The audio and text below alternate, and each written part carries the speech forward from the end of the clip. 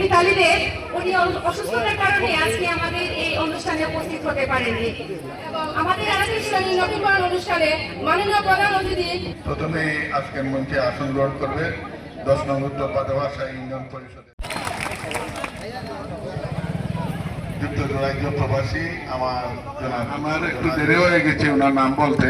আমাদের এই কলেজের উদ্যোক্তাদের মধ্যে অন্যতম আমার এই যুক্তরাজ্য প্রবাসী, আমাদের অত্র এলাকার বিশিষ্ট সমাজসেবী। আসন গ্রহণ করবেন ফ্রান্স প্রবাসী, আমাদের এলাকার তরুণদের আইডল। আমার অত্যন্ত আমি স্বাগত জানাচ্ছি।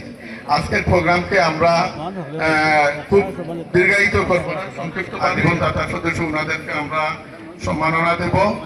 শিক্ষার্থীদের আমরা নবীনবরণ নজরুল ইসলাম স্যারকে ফুল দিয়ে বরণ করে নেবে।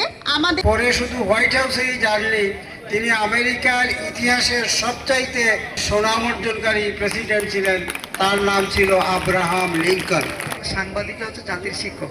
আমার বাসায় প্রতিদিন পত্রিকা যায়। আমার বাবার বয়স অনেক বয়স, চোখে খুবই কম দেখেন, এরপরেও সিলেটের ডাক, জালালাবাদ এগুলো প্রতিদিনই পড়তে হয়।